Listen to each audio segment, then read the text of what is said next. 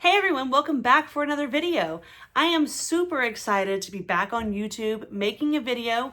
I have been gone for over a year, but I'm very excited that my first video back is a tag video, and it was made by my friend Brian over at BellTube. Now, first things first, if you are not subscribed to Brian's channel, you need to do that immediately because he is making fun and unique and refreshing videos every week talking about books he loves that you might love too. So go subscribe to his channel. But what I'm going to do today is a tag that he made called the Nightclub Book Tag.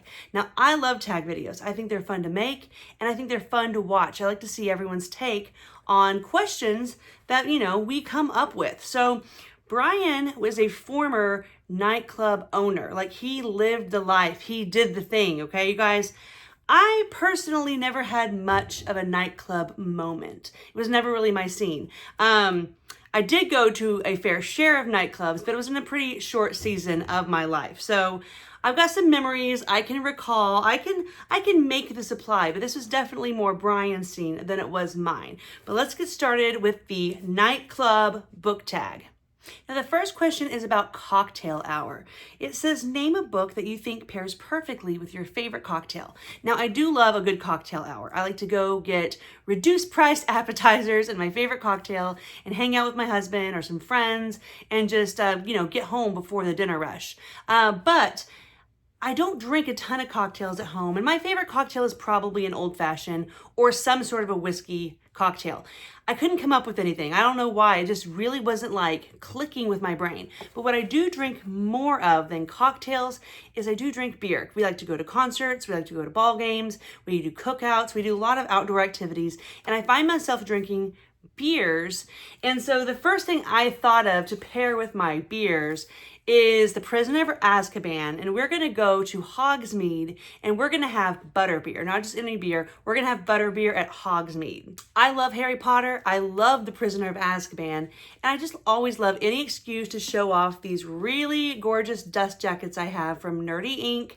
So I'm definitely gonna go with having a butterbeer with Hagrid at Hogsmeade. The next question is all about those neon lights in the club. It says, tell me about a book with a cover that immediately grabbed your attention like the bright lights in a club. Now, I love fantasy covers. I am very, very drawn to all different types of artwork and sprayed edges and all the things. But I went ahead and picked one that I haven't read yet because I just couldn't resist the cover. Now, this is The Return of the Knights, and I don't want to say his name wrong, so Gregory, if you watch this, please correct me in the comments. But Gregory Contaxis, and I'm excited to read this. I'm going to read it in August. I'll tell you guys more about that, hopefully, in a future video. But from the very first time I saw this, I was so drawn to it. And I can't even put my finger quite on what it is, because in the fantasy genre, there are plenty of books that feature a weapon on the cover. But it's just something about the color, the way this sword is just so like glittery with the jewels. I want to know, like, what is this in the background? Is that magic? What is this plant? Is that relevant to the story? I was just so drawn to this cover. So I am planning to read this in August. Let me know in the comments if you would like more information about the book, where you can get it. I'll probably leave a link. And if you guys want to buddy read this with me in August, I would love that. Next up, we're going to talk about The Bouncer. So what book did you have to put down because it just wouldn't let you in? And I actually love the way this is worded because it's asking about a DNF. But I love how he says a book that wouldn't let you in. And I feel like that book for me was The Secret History by Donna Tartt. This is something that I was really looking forward to. Based on who was recommending it to me, what they had to say about it, I was so interested and honestly convinced that it would be a book for me. And I started it, I got 20% in, and it just wouldn't let me in. I was not clicking with the premise, the mystery, the characters, the writing style. None of it was clicking with me. And I felt like it just wouldn't let me in. So this book is for sale on my Pango shop. If you love this book and need a nice copy of it, or if you want to try it out for yourself, it is beloved. People love this book. It just wouldn't let me in. The next question is DJs Choice. It wants to know, what book would you recommend to somebody who is new to fantasy as a genre? And I'm going to go with The Crown Conspiracy, which is book 1 in the Rhaenyra Revelations by Michael J. Sullivan. Now, these books are most commonly packaged in these 2-volume editions. So book 1 and book 2 is in this volume, and it is called The Theft of Swords, but it does have book 1, The Crown Conspiracy. Now, the reason I like to recommend this to adult readers who are new to fantasy, they want to try it out, see what all the hype is about, but they're not quite sure if it's for them. The reason I like to recommend this is because it is kind of a more modern writing style, but it has all the fantasy elements that people think about when they think fantasy. I mean, you're gonna find a wizard, you're gonna find magical weapons, you're gonna find one of the best bromance slash friendship slash odd couple pairings of all fantasy in here, Royce and Hadrian. And I think it's important to give new readers characters who are memorable, they're easy to like, really good dialogue, a snappy pace, a little bit of humor, really well-written action. That's important because it keeps a new fantasy reader really excited without overwhelming them. And even though this series does grow in scope, it does it incrementally, and it doesn't just shove them into this massive geography with 100 different kingdoms and languages and lands and cultures. And I love that stuff, but sometimes you have to work up to it. And I think this is grown up enough that you can recommend it to somebody and be like, hey, I think you're gonna like this because it's a good book, it's really exciting, but it's not overwhelming in the way that sometimes fantasy can be. So for a new reader, I would recommend The Crown Conspiracy by Michael J. Sullivan. Number 5, The Disco Ball. So name a book that made you feel like you were part of a vibrant, glittering world. And world building and feeling like I am transported to somewhere completely different from Earth, from the world we know, from our human existence. That's what makes me love fantasy so much. That's what separates something from pretty good to great, is excellent world building that feels just unique and magical and real and lived in. That's what I love about fantasy. So it took me a while because I had so many good examples. It's hard not to pick Game of Thrones and Westeros because that probably is my favorite fantasy world, period. But for this specific question, made you feel like you were part of a vibrant, glittering world, I am going to go with the series that I am currently reading, which is The Last King of Osten-Ard by Tad Williams. And this series is the follow-up series to Memory, Sorrow, and Thorn.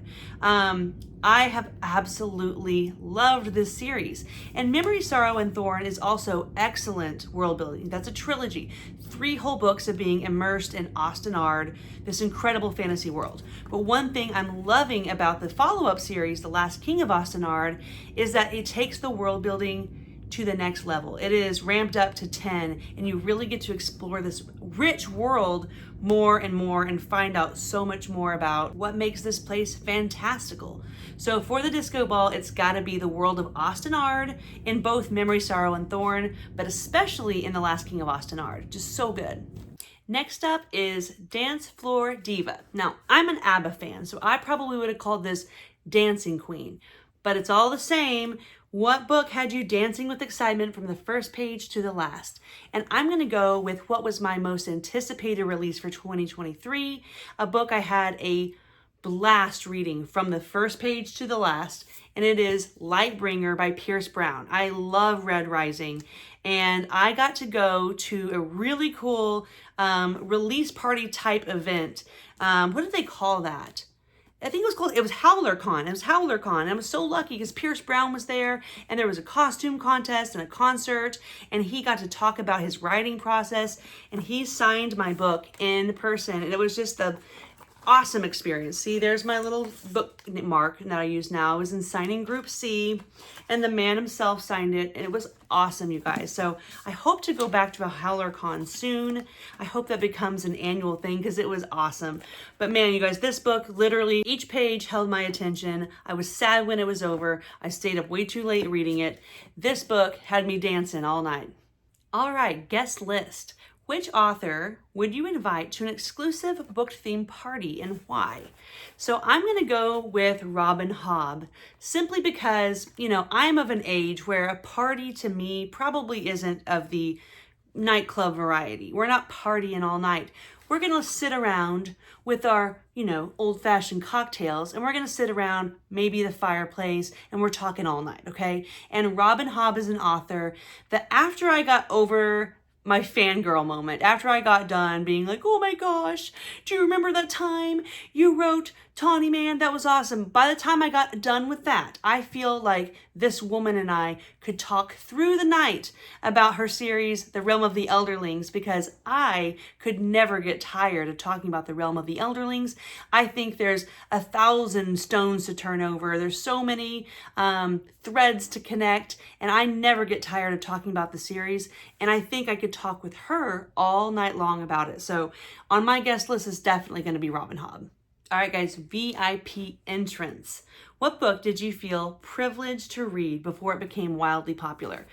All right, I have had the opportunity to read some advanced reader copies, beta read some stuff, proof listen to audio. I've been very lucky that I've had my hands on things early, and that's really cool. But the one that always sticks out to me, and this was not an advanced reader copy, it's just something that I was exposed to before it became wildly popular.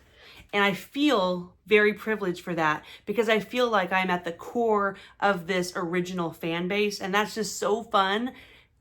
That, of course, is the Sun Eater series by Christopher Rocchio. I read this book, Empire of Silence, before it became wildly popular. And I am so excited and happy that it is becoming wildly popular, and it's getting all of the notoriety and the excitement that it deserves, and I hope it becomes household name. But it's cool to know that, I wasn't one of the original fans, but I was somebody who was excited about this before the whole world was. But I am no gatekeeper. I am no Sun Eater gatekeeper. I want the whole world to read these books so they will also know that everyone is privileged to read this, whether you were one of the first or not. All right, guys, it's time for a dance battle. So this says, which two characters from different books would you love to see face off in a dance battle? And guys, I don't know why, but in my mind, it's incredible, and I hope you guys can visualize it as well. But I'm going to go with Liz Hen from The Five Warrior Angels by Brian Lee Durfee, going head-to-head in a dance battle versus Benedict the Troll from Memory, Sorrow, and Thorn by Tad Williams. Don't ask me why, it just works, okay? Go with it. All right, next up, he's asking about midnight reads. What is a book that you couldn't put down and ended up reading it all night long? Oops, you ever done that before? You gotta go to work the next day, or you gotta get up early with your kids, but somehow you ended up reading well past your bedtime. I love when that happens.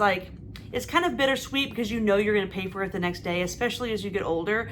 But it's so worth it because that's the point of reading, right? To have a book that just sucks you in so effectively that you can't put it down. That's why I read, is to hopefully achieve those mountaintop moments that just be like, yes, this is it. For me, the most recent one I can think of was Disquiet Gods by Christopher Rocchio. This was a very highly anticipated read for me. I planned it out to where I read the novella Dregs of the Empires just shortly before, so I was in the mindset, I was ready for what came next, and it just hit right, you guys. I love the audiobooks for this. Samuel Rauken is awesome, but I found myself deep in the pages with this one late into the night because I just had to finish it. It was exciting, it was trippy, there were pages I had to reread, but in a good way, and this just held my attention so well that I couldn't put it down, and I lost sleep reading it. So Disquiet Gods, this series just gets better and better. After party time. All right, what is a book that left you unable to start a new read immediately after finishing? And I don't get this very often, but I call it book hangover, which probably goes along with the nightclub thing as well, because sometimes you be having too much fun, and next thing you know, you overdid it a bit, and the next day you're just like, oh my gosh, I'm never drinking again. I'm never going out dancing all night again. Well, this book had me thinking, I don't know if I'm ever going to read another book again, because it just left me feeling pretty hungover. And that was Assassin's Fate by Robin Hobb. This is the final book in the entirety of The Realm of the Elderlings. This is the exclamation point at the end of a 16 book sentence. So I absolutely loved it. I read all these books just bam, bam, bam, right in a row. Not all 16 of them, but all 3 in this little final series, Fitz and the Fool. I read them all in a row. So I was fully immersed. Every bit of my headspace was taken up by these characters and the journey that they had been on for 16 books. And I was so emotionally invested and attached that when it ended, I mean, it's a wonderful book. I thought it had a perfect ending. It wasn't that I was overly sad or mad at it or wanted to throw it across the room, but I was exhausted. I felt like I had just ran a marathon, and it was so satisfying and so wonderful and just so emotional that it took me days and days. That's a long time for me before I could pick anything else up and really get into it. I tried a few books, but I was just like, no, like I can't love another. But what happened was I was like, you know what? This to me was excellent. This to me was the epitome of 5 stars. And so I was like, I have to read something else that quality-wise is going to be just as good, but I have to go so far into a different direction. I had to switch genres. So I ended up reading Lonesome Dove, which is an all-time favorite book for me.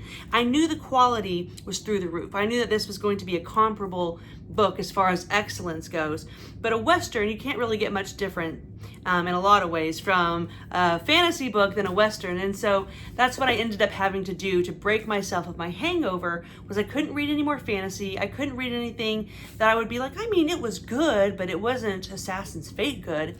I had to go with something that was completely in a different world, and that helped me out of my hangover, because what's better than reading 2 books of a lifetime in a row, 2 5-star reads right in a row. I just needed a 5 or 6 day break in between to let it go.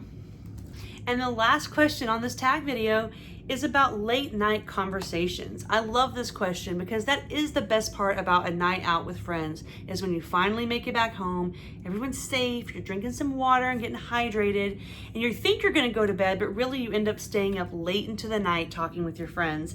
So the question says, which book left you thinking deeply or wanting to discuss it with others late into the night? And this was easy for me. I went with what so far is probably my book of the year for 2024, Demon Copperhead by Barbara Kingsolver. Guys, I loved this book, but more than anything, it made me want to make other people read it right away so I can talk about it. It needs to be discussed. It had me researching the subject matter quite a bit. And the more I read, the more I wanted to know about it, and the more I wanted to talk about it. When I finished, the first thing I did was give it to my brother, Ben, and he read it in 3 days, and we have probably, in person and on the phone, we've probably chatted about this book for hours now, and it's only been a couple weeks. And my husband read it as well, and we've had some really great conversations about this book as well. So definitely Demon Copperhead, because it just begs for conversation. So that's it, guys. That was the nightclub book tag. Thank you, Brian, for putting that together. Thank you for tagging me. And I want to thank all of you guys for watching, for tuning back into my video after I've been gone for so long. So in case you're wondering where I've been, what I've been up to, why I haven't been making videos, where I am now, because I'm in a different room, I had an awesome discussion with Brian on his channel. He does a weekly program called For Whom the Bell Tolls, and he has fun guests on, and he just chats it up. So I was on his channel a couple weeks ago, and we had discussions, and I went into all of that. So I'm going to link that below, because it was a fun video. It was so fun to chat and catch up with him. But also, I did kind of spill my guts about where I've been and what I've been doing. But I will also probably make a video like that for this channel. Watch it if you want to. Don't watch it if you don't care. If you're here for books, I'm fine with that. So tune back in. I hope to be making some more videos in the next couple of weeks. But thank you so much for watching this one.